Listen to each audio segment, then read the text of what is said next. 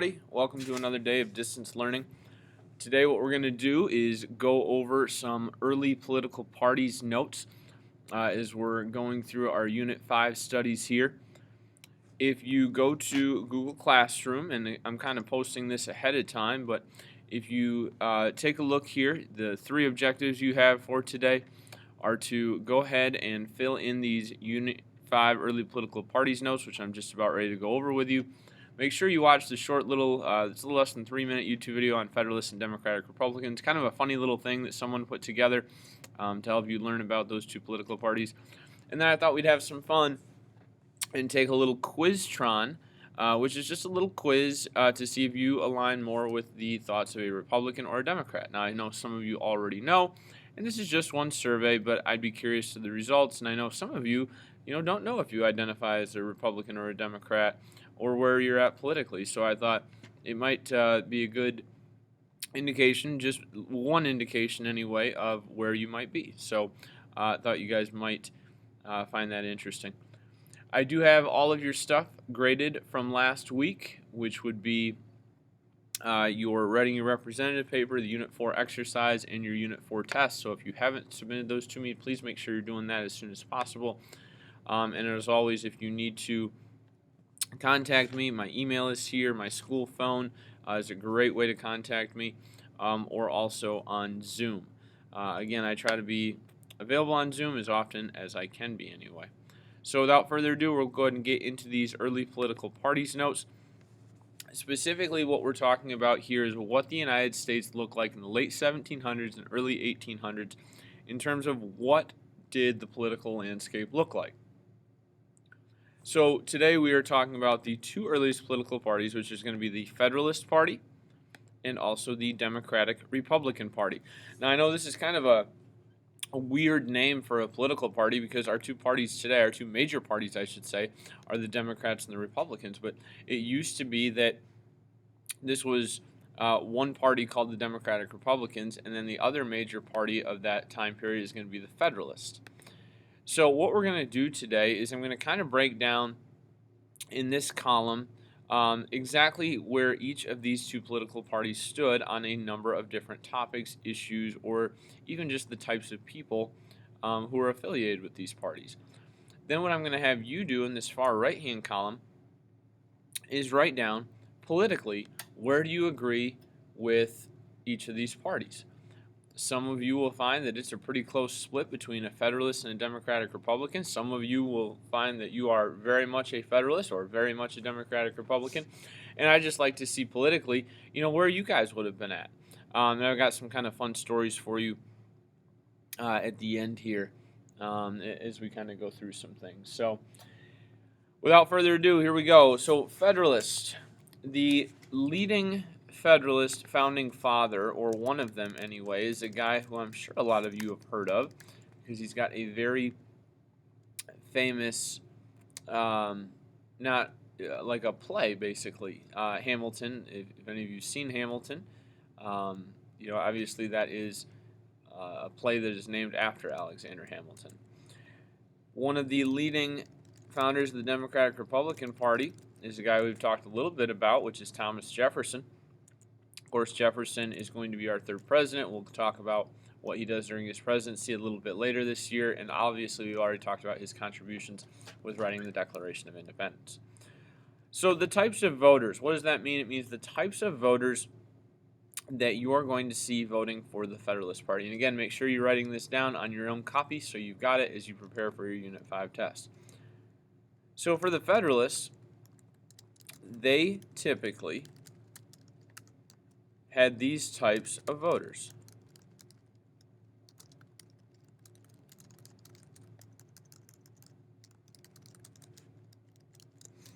So voters for the Federalists tend to be business sort of people, people who live in the Northeast, specifically like big cities. Think of your New Yorks, your Bostons, your Washington, D.C.s. These are the types of cities, and specifically the types of people living in cities that are going to vote for the Federalist Party. So people with lots and lots of money. Your Democratic Republicans, on the other hand, are what I refer to as your average Joes. In other words, your middle class people, your farmers, your people who live in small towns, your rural areas. In your column, if you identify more with big city living or someone who has lots of money or somebody whose family is involved heavily in manufacturing, please put an F in this column right here. If instead your beliefs align more with middle class, farming, rural America, then please put your DR in that column right there. And again, we're going to be kind of going over this at the end and seeing where everybody stands. Views on the Constitution and the government.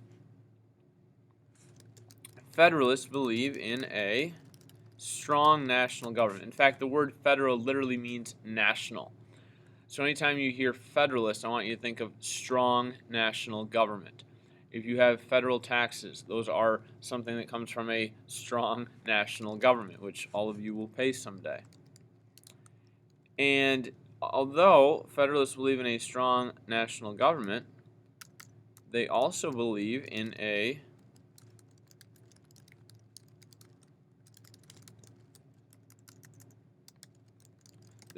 loose or more of a liberal interpretation of the Constitution.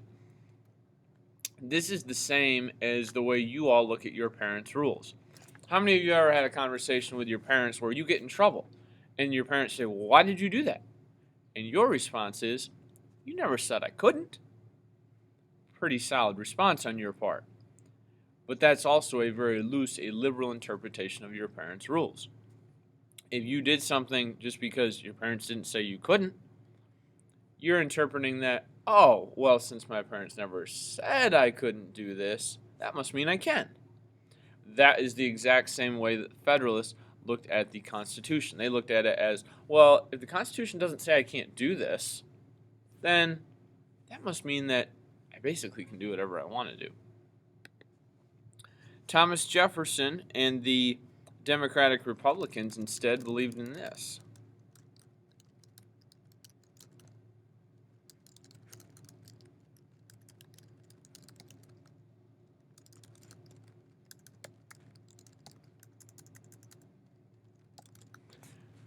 The Democratic Republicans truly believed in a weak national government. In other words, a government that had a lot more power for the states in particular.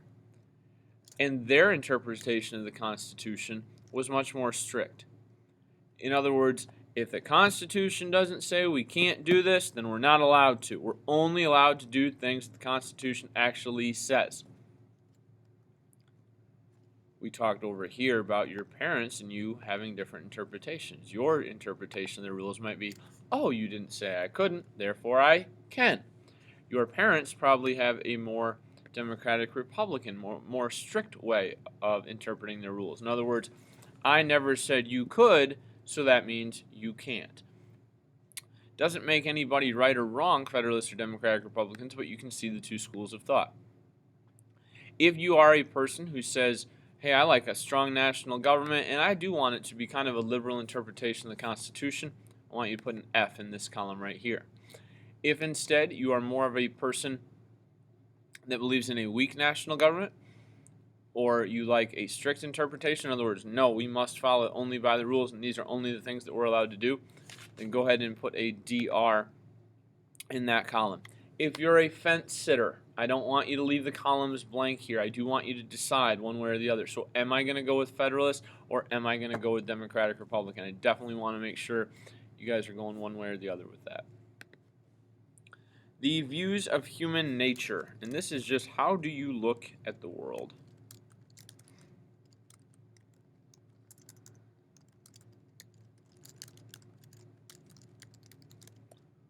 Federalists tend to take a pessimistic view of humanity. In other words, they look at it half empty.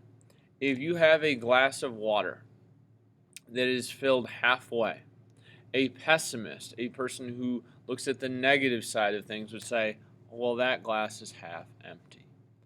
I always tell students, pessimist or being a pessimist or being pessimistic is a lot like Eeyore on Winnie the Pooh. Eeyore is never happy.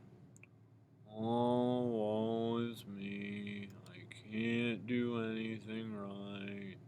Everything stinks. Blah, blah. That is a pessimistic view. Okay, so if you are more of a pessimist, which some of you are, I'm not criticizing that. It's just some people are optimists, some people are pessimists. Then chances are you more agree with Federalists. Federalists believe that we can't trust Americans to make the right decision, and people are generally not going to do the right thing. And so that's kind of a Federalist perspective. On the opposite side,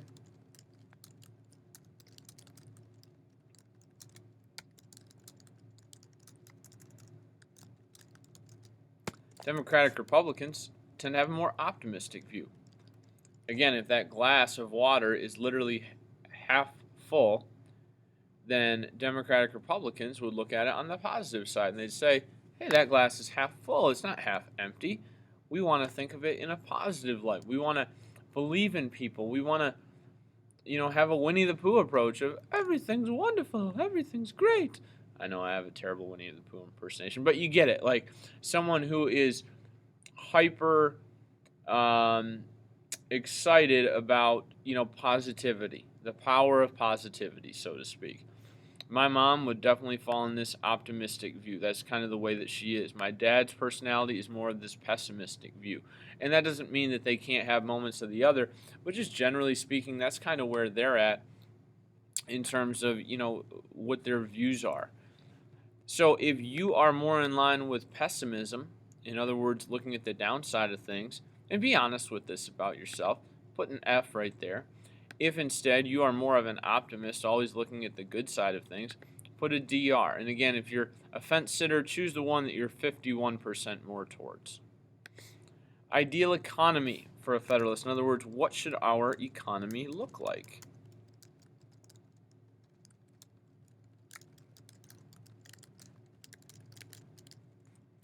Federalists believe that industry, that factories, that manufacturing, that making and creating things, big cities, that's where this urban-centered aspect comes in. They believe that the best way to make money for the American economy, especially in the late 1700s, early 1800s, was by having tons of factories and big cities and big groups of people working there and making and creating things, and that would be a major way to make the United States economy really good and to have a really buzzing economy with lots of money exchanging hands and people doing well financially. On the opposite spectrum, Democratic Republicans think a little bit differently. So Democratic Republicans believe that more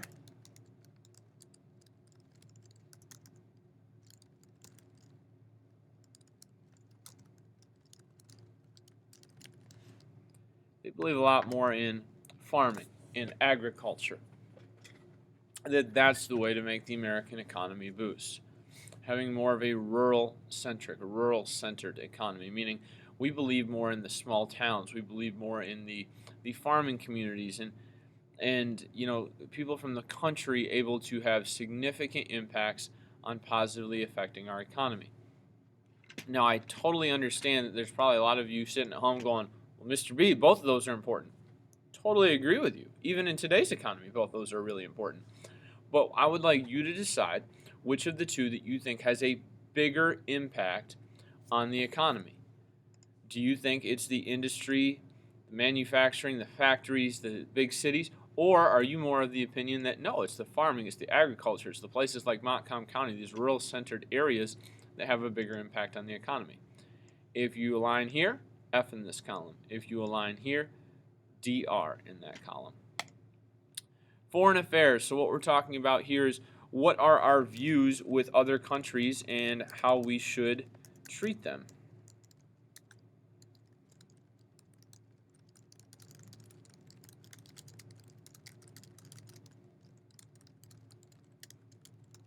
I'm going to go ahead and type them both out and then I'll talk to you about them.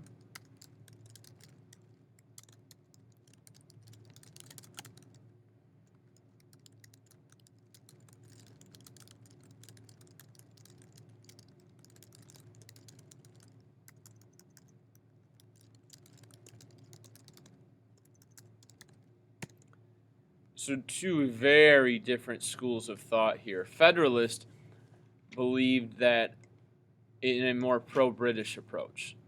So, for instance, Alexander Hamilton felt like, even though we fought the British in war, you remember from the movie The Crossing, Hamilton's the one who silenced the guardhouse. I think we all remember that scene. But Hamilton, kind of had a little bit of a change of heart here where he said, you know what, even though we defeated the British are still one of the most successful countries in the world, and we need to make sure that we're allies with them. It doesn't mean that we have to be best friends. It doesn't mean that we have to agree with everything. But in the Federalist perspective, it was important that we now had a good relationship with the British moving forward. And so that was, to them, what was the most important, foreign policy, is to have a solid relationship with the British. Democratic Republican opinion, of course, completely on the opposite side of the spectrum. Democratic Republicans hated the British. They thought, no, why would we like them? We broke away from them. There's no reason that we should, have any positive contact with them.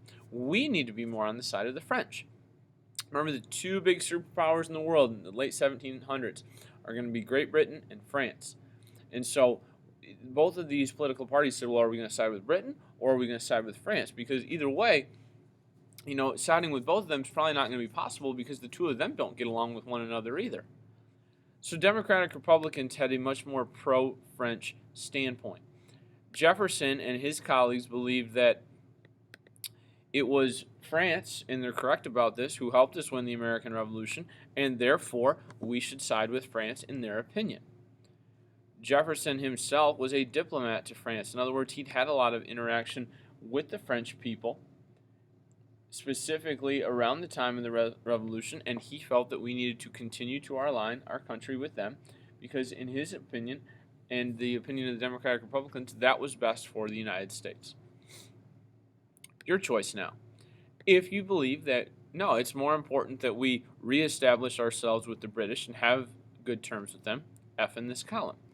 If you're of the belief that, no, we just need to continue on with the French and having a strong ally relationship with them, then put a DR in that column. Capitalistic system. In other words, how should our businesses be dealt with in terms of the government? Two very different schools of thought here.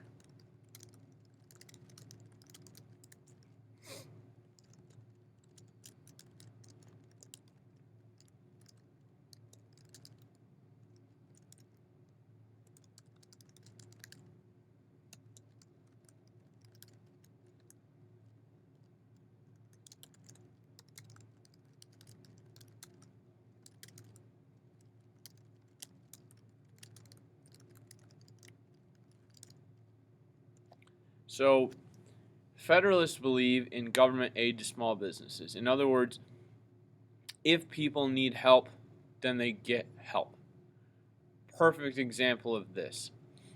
2020, coronavirus, shutdowns nationally, shutdowns across all these different states. The national government stepped in and gave government aid to small businesses. In other words, they gave money to small businesses or even some bigger businesses all across the United States to try to offset some of the impact on the shutdowns to the economy. And so that is a very, at least in the late 1700s, early 1800s, that's a very Federalist thing to do. It's a way that the government looks at it and says, we've got all these different small businesses, they're really struggling right now, and we've got to help them stay afloat so we don't have all these people without jobs or these people having really difficult times. Democratic Republicans, totally opposite approach. More of the what's called laissez-faire, which means a hands-off approach. In other words, we're not dealing with you. That's your business. Government should stay out of business. Government shouldn't have a lot of say in what people do with their business, and government shouldn't bail people out. Yeah, we know that there are going to be people who fail in business. Oh well, people fail in life. At different things, and that's their business. Literally, get it? That's their business. If they fail in a business, then I guess they need to start over and try something else. But it's not the government's job, in the opinions of the Democratic Republicans, to go do anything about that. So in the laissez-faire Democratic Republican approach to capitalism, the government said, let people fend for themselves. This type of perspective in the coronavirus would be, well, that's sad that happened, and these Small businesses are going to lose their business, but those are decisions that they have to make. Maybe they just go find another job. Maybe they tweak their business. Maybe they do something different. But the government can't be handing out money to small businesses. That's not what government is for, in the opinion of the Democratic Republicans. If your beliefs align more here, F in this column. If your beliefs align more here, DR in that column. On our last two now. Who should govern? What types of people?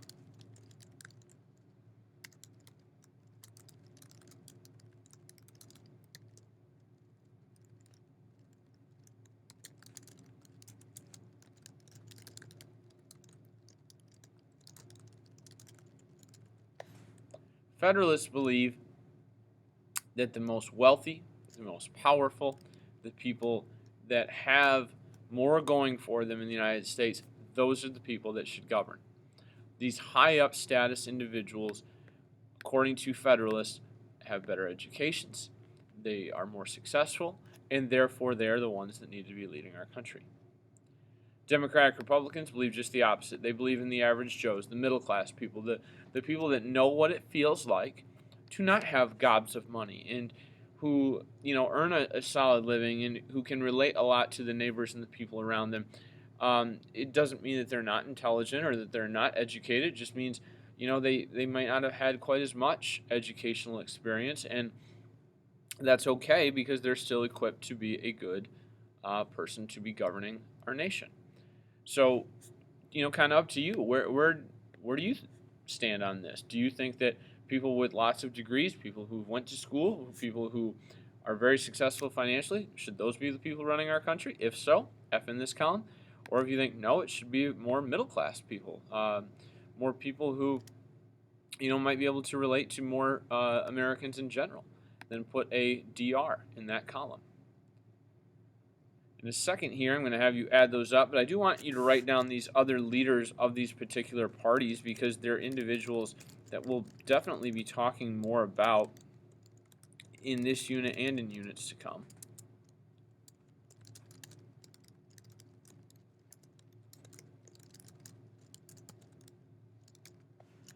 In fact, these are 4 of our first 5 presidents, along with Thomas Jefferson. They are the first 5 presidents.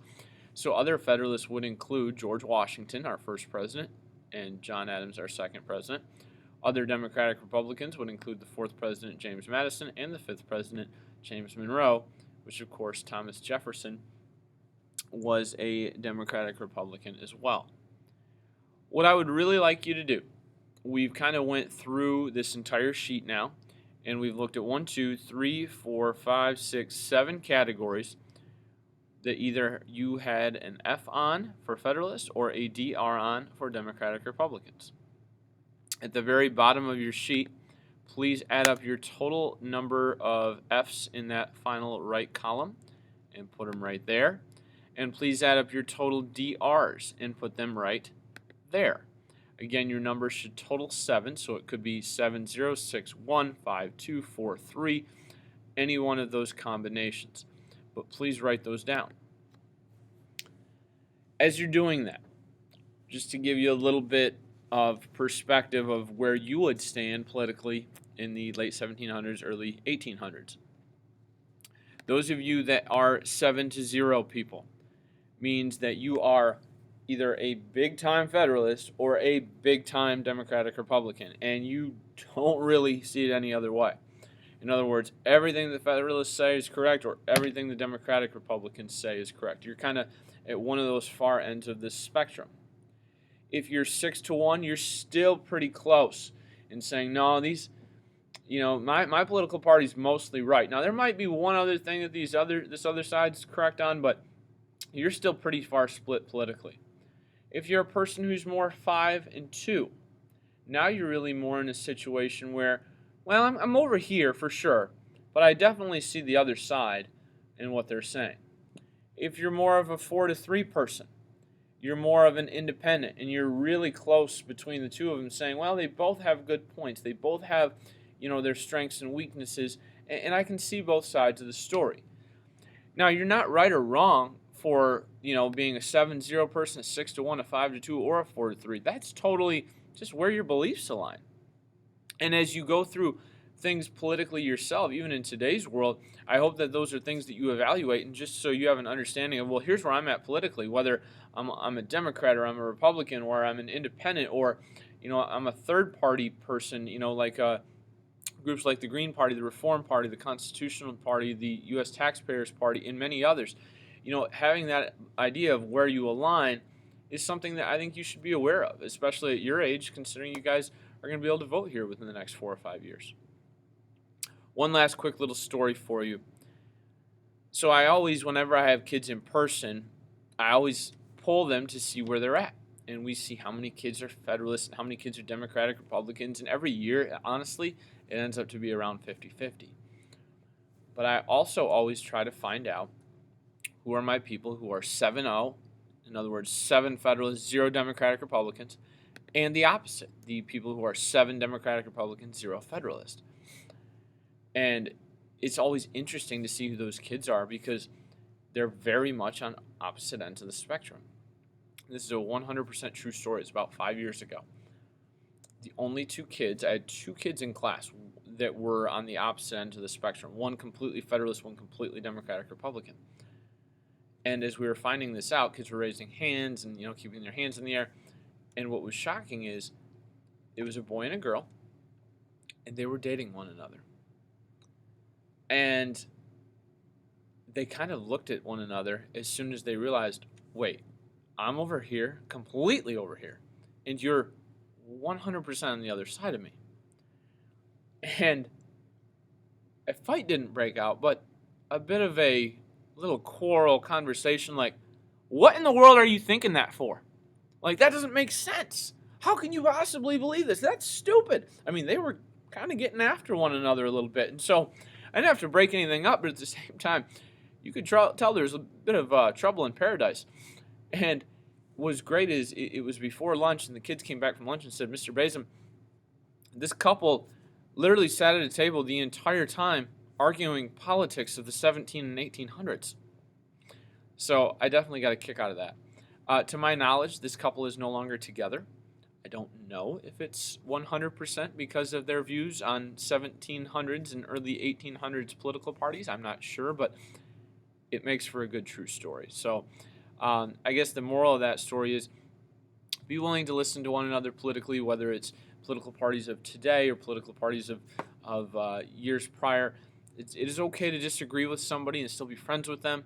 And I want you to understand that as well. But hopefully you learn some different things, and this should definitely help you out as we get ready and get closer to your Unit 5 test.